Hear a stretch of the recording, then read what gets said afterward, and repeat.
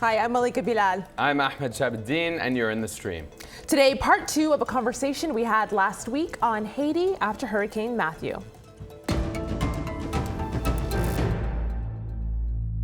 When you look at the same hurricane went through Cuba, Jamaica, and other Caribbean islands, it didn't do that kind of damage.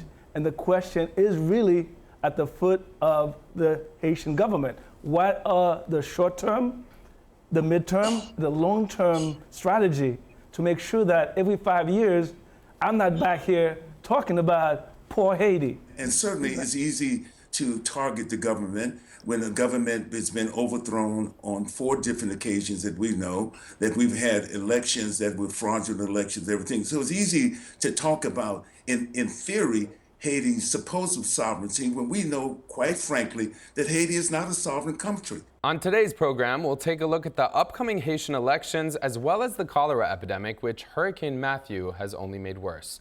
Of course, all of this is being discussed heavily online. Tradall tweeting to us saying Haiti really needs to restructure the government first and make anyone with a government position accountable for their actions. Haiti is a money pit. We also have a tweet from Dr. Mukherjee saying this is a home of a colleague and friend in Haiti. Expect cholera to rise, hunger and misery to worsen. Joining us to discuss, Gary Pierre is founder of the Haitian Times. Jake Johnston is a research associate at the Center for Economic and Policy Research. Danny Glover, actor and activist involved in Haiti for over 2 decades. Stéphane Vincent is Chief Information Officer in the Office of Haiti's Prime Minister. And Ninaj Raoul is Executive Director of Haitian Women for Haitian Refugees. Welcome to the stream, everyone. So let's get started with a tweet from our community. This is Azili, who says, world citizens can help by standing in solidarity with Haitian resistance to occupation, big word there, U.S. rigged elections in Haiti, and the poverty pimping NGOs. So some pretty big accusations there. Danny, I want to throw this one to you. Of course, the elections are upcoming. They were delayed because of the hurricane. But you see here someone who says the U.S. Is too implicit in what happens in Haiti. What do you make of that? Well, I mean, we've already discussed U.S., the government's past implications in Haiti's affairs. We've gone over that historically, but it continues to happen. So then, then what do you see actually happening at November 20th when the elections are postponed for? November 20th is the first time that and I believe 2 election cycles that the Lavalas Party has been involved.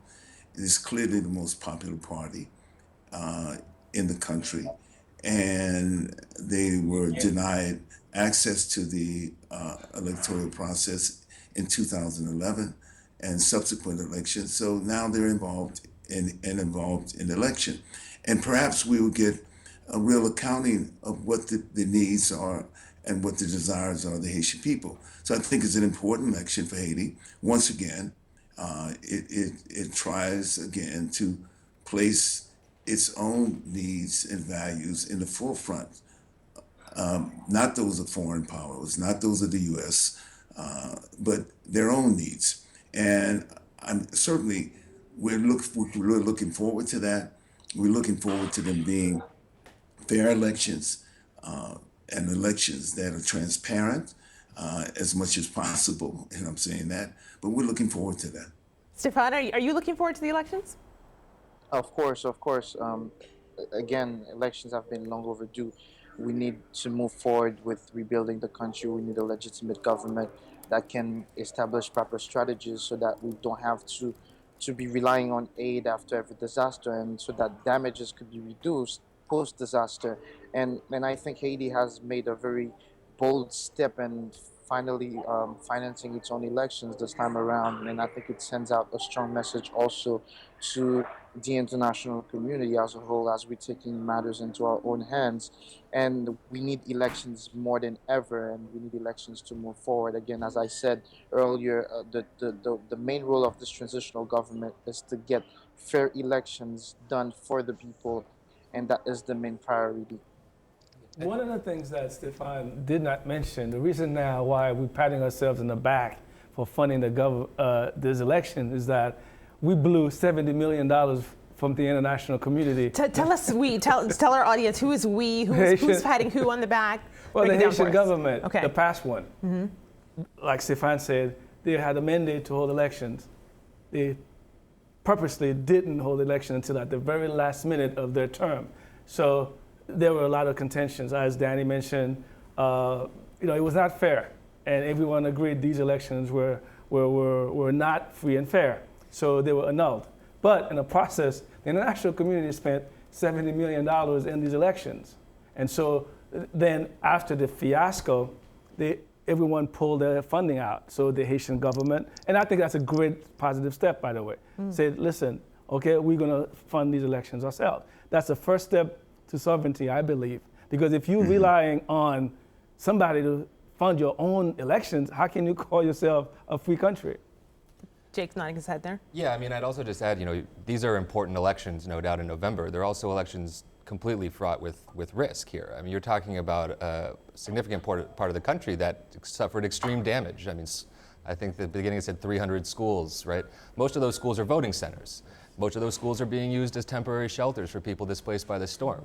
Is that enough time to hold credible elections? Is it, in your view? I mean, because you've seen it. You were there. You went to Haiti. I mean, I think it would be an that's extremely difficult proposition. I think you're talking. That's a valuable point that Jake is making. Well, if I could just make one more point. I mean, if you look at some recent history in Haiti, you see this desire to push forward with elections even when there's not preparation, even when the situation on the ground doesn't allow them to have free and credible elections. You saw it in 2010 when elections were held the same year as the earthquake, right after cholera was introduced, and actually 3 weeks after a hurricane hit. And yet there was no talk about delaying then. It was, we need elections now.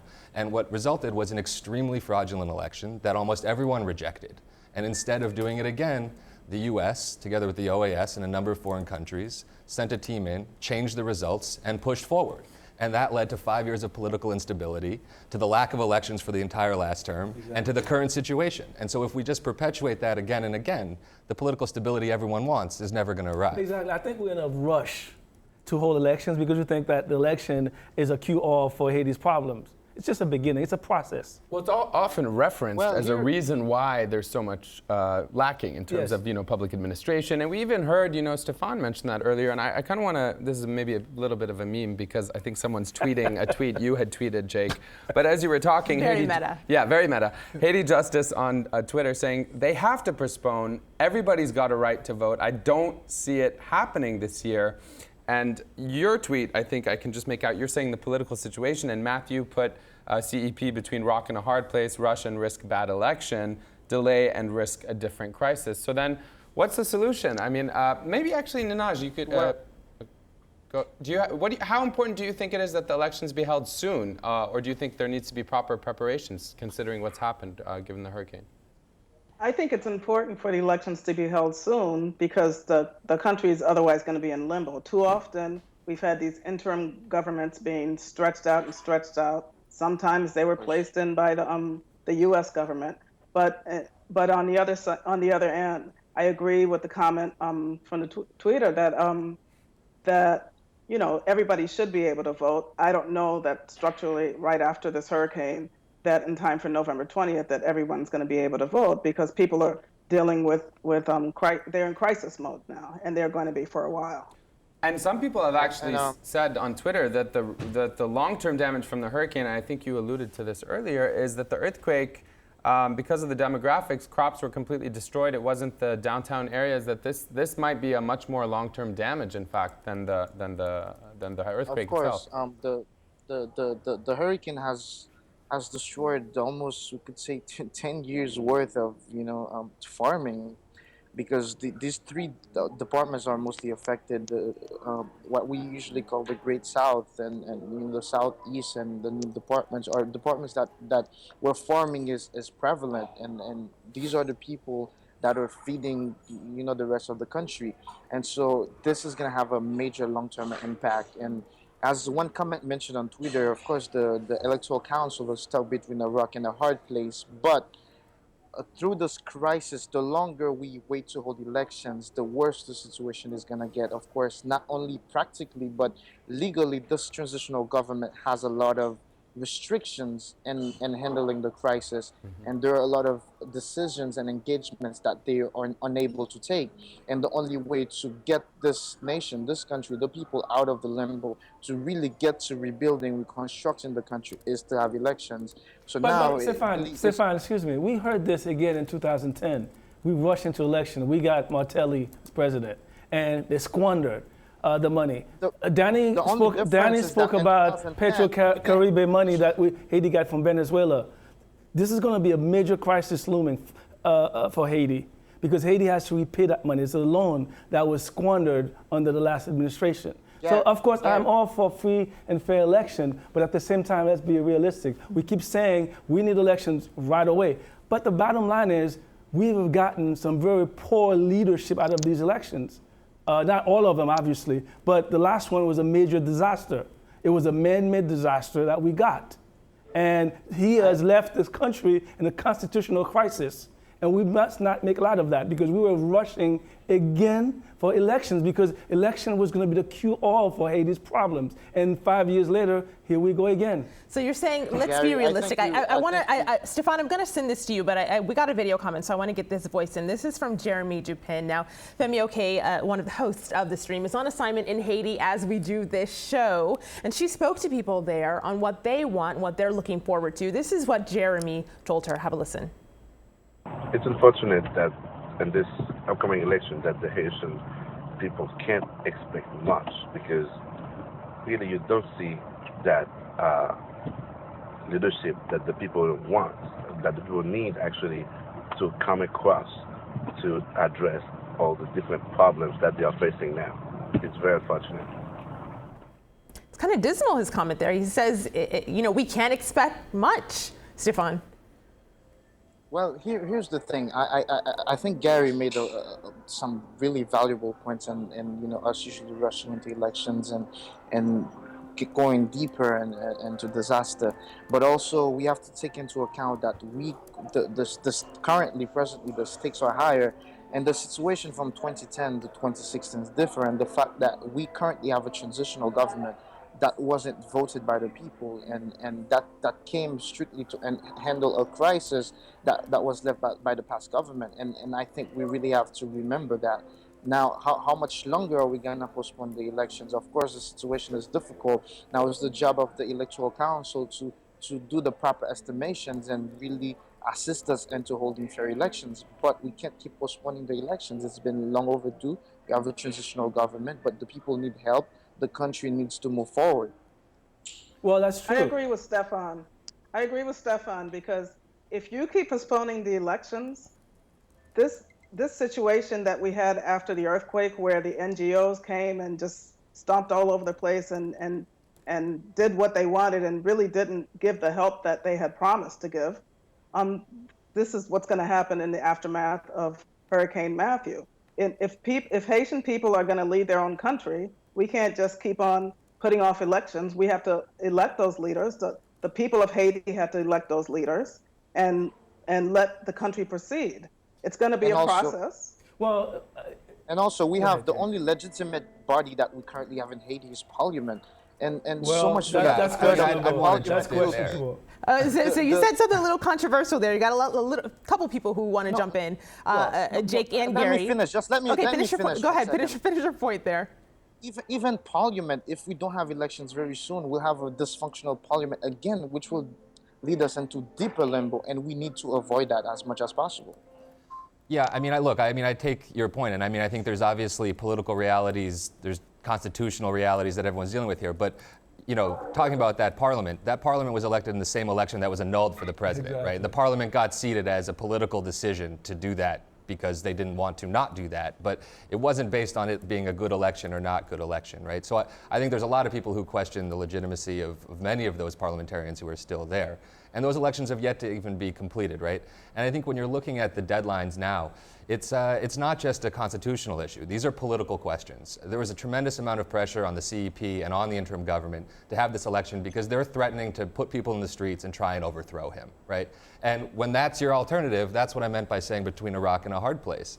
If you delay too long, then you're going to have political crisis because people are going to want to stoke political crisis. And if you rush it too soon, you're also risking that political crisis. Now, I'm not saying I know the answer to that, but it's not just a simple trade-off here, rushing to elections or not. And Denny, with that in mind, obviously it's not as simple as one or the other. They're not mutually exclusive. Knitterscribe on Twitter saying it would be nice if the U.S. quit punishing Haiti for its independence. Now, I bring this up even if it seems like it's a non sequitur because, as I would imagine, you live in the U.S., you spend most of your time here. When you talk about Haiti as a friend of Haiti, do you find that there's a lot of interest in Haiti beyond Haiti being, sadly to use the term that's come up already, poverty porn?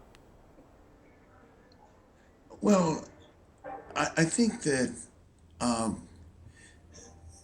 the story of Haiti is very complex. And in some ways, just the story of slavery is very complex in this country's history. And the ways in which slavery found its roots in liberation in Haiti was very disturbing to the colonists. We look at history from some sense in the immediacy or the period of time, not knowing of the other larger ramifications that go on beyond the moment of that. And I think that we have a difficult issue with that, as we do in my country with people of First Nation people of Native American descent. We have a different relationship because slavery is always the dividing point, or the point in which we can't resolve in our own, this country can't resolve, my country in its own consciousness, cannot resolve that issue. And therefore, its relationships with a country like Haiti leaves that situation unresolved as well, because it did the unthinkable and the unacceptable. So I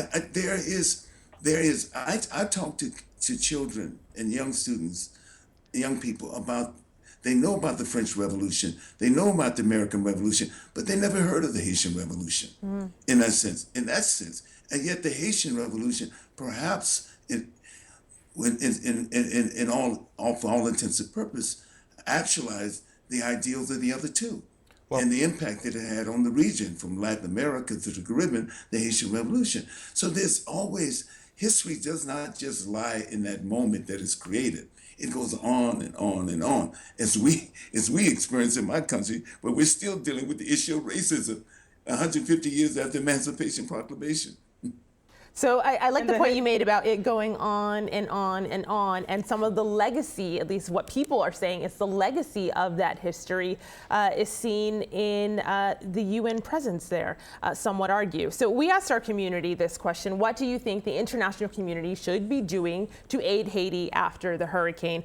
We got a few answers. Here's Jessica. She says it should be helping those facing cholera. And of course, this is something that a few of our guests have already mentioned during the course of today's show. No one should die from UN neglect, she says. And of course, this has to do with something we've mentioned earlier, that the UN finally admitted that it was responsible for the introduction of cholera to Haiti. I want you to take a look at the visit of Ban Ki-moon, who went to Haiti after Hurricane Matthew. And Ban Ki-moon vowed to help those cholera victims. Have a look at what he told them. We are going to mobilize as much as resources and medical support to, first of all, prevent and stop this cholera epidemic. And then, second, support the families of the victims. So Nina, support the families of the victims. But this is a good pivot to this article that came out not too long ago. This is from the UN News Center. Security Council extends the UN peacekeeping mission in Haiti for 6 months. They will be there through 15th of April, 2017. Looks like our second guests have something to say about this. But I want to give this to Nina because we haven't heard her voice, and then you feel free to chime in. Nina? Yeah, well, they've been extending the UN stay for decades now, since I guess since they came, and you could say 94 or in the 90s. So there's a pattern where every time it's time for the UN to go, there's turmoil in Haiti and violence erupts. And we've seen this pattern over and over. And I think when we have disasters, which we've had many since 2004, we had a huge tropical storm in Mapu in the southeast region, and we've had many hurricanes, and we've had the earthquake that have come through Gonaive in 2007, again in Mapu in 2008. Countless. That's another occasion for, again, not just the UN to come in, but for the NGOs to come in. And Haiti has an influx of NGOs. And when they come in, a lot of times they come in with their agendas. It's also an opportunity for countries to advance their agendas on Haiti at its most vulnerable point. You asked earlier, does the U.S. have an interest in Haiti? I believe that clearly history shows that the U.S. has always had an interest of keeping Haiti oppressed. Danny mentioned earlier about the apology that Bill Clinton made in 2010 before the UN for the rice dumping that he started under his presidency, when there was a surplus of rice from his state in Arkansas, which is the largest rice producing state in America, and started dumping rice in Haiti and subsidizing it, making it so cheap, putting all the rice farmers out of business. 30 years prior to that, Haiti never had to import any rice. Haiti shouldn't have to import rice, sugar, corn. Now they're dumping peanuts in Haiti. These things have no business coming. There's no reason why Haiti should have to import any of these things.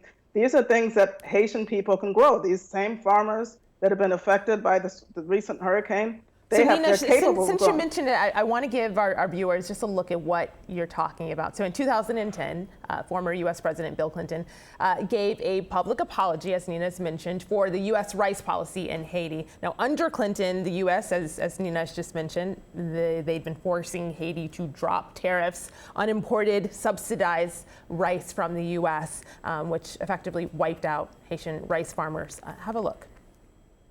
It has not worked. It's maybe been good for some of my farmers in Arkansas, but it has not worked. It was a mistake. It was a mistake that I was a party to. I am not pointing the finger at anybody. I did that. I have to live every day with the consequences of the lost capacity to produce a rice crop in Haiti to feed those people because of what I did, nobody else. So Gary, with this legacy, now looking forward, we're running out of time in this show, but what do you see happening looking forward, and then how does Haiti really move on? Well, Haiti's going to move on when it decides what it wants to be as a nation. But let's go back to this cholera situation, which is very important, because since we've been doing a little bit of a historical journey to Haiti, let's look at the recent history, why the UN was there in the first place. Aristide was president. There was a small elite, mulatto elite in Haiti, who said, come hell over water, Aristide is not going to be president. They concocted, they financed an uprising against Aristide. And then the UN had to come in as a savior. But again, we're talking about who makes money. The Haitian elite is making money right now as we speak. Because who are the rice distributors? It's them. So in many ways, when we're talking about how it's destroying businesses in Haiti when U.S. companies just dumping rice, it's not really hurting anybody in Haiti but the elite that doesn't want Haiti to move forward to begin with. And we can talk about the role of the international community. You are hearing from Gary Pierre, founder of the Haitian Times. You've also heard from Jake Johnson, research associate, Danny Glover, Stephen Vincent, and Ninaj Raoul. That's all the time we have for now. This conversation will continue online. There's so much more to say. #AJStream.